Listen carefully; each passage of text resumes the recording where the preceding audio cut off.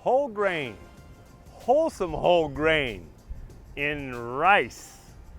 And what recipes can we incorporate with it? Well, that's why we've asked our next guest to give us some healthy, delicious ideas. Chef Freeman joins us right now. And Chef, before we get too much further, what led you to become a chef?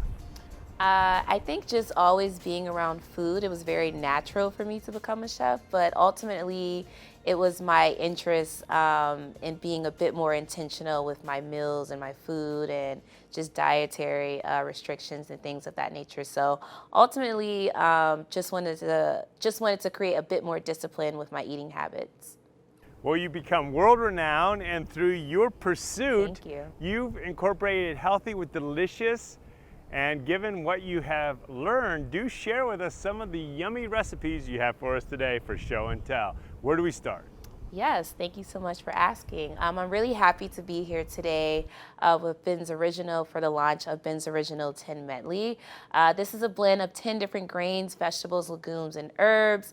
Many of us grew up on Ben's Original, so this is such like a full circle moment for the launch of this product. So there's 4 different flavors. There's a Chinese style spice. There's a Chinese style 5 spice. We also have a smoky Southwest. We also have a tomato and herbs flavor along with the Caribbean style flavor. So today what I have for show and tell is actually the Chinese style 5 spice. It's so easy and convenient to open, and it's also very simple and easy to cook as well. So just showing you a quick example of how to open up the pouch, but this is what it's actually going to look like once you've heated it up for about 90 seconds in the microwave or on your stovetop.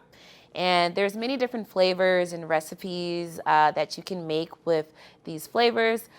So I've made a broccoli fried rice right here using the Chinese style 5 spice. And you can also implement a little bit of protein, supplement some fish, beef, chicken, or whatever your interests are.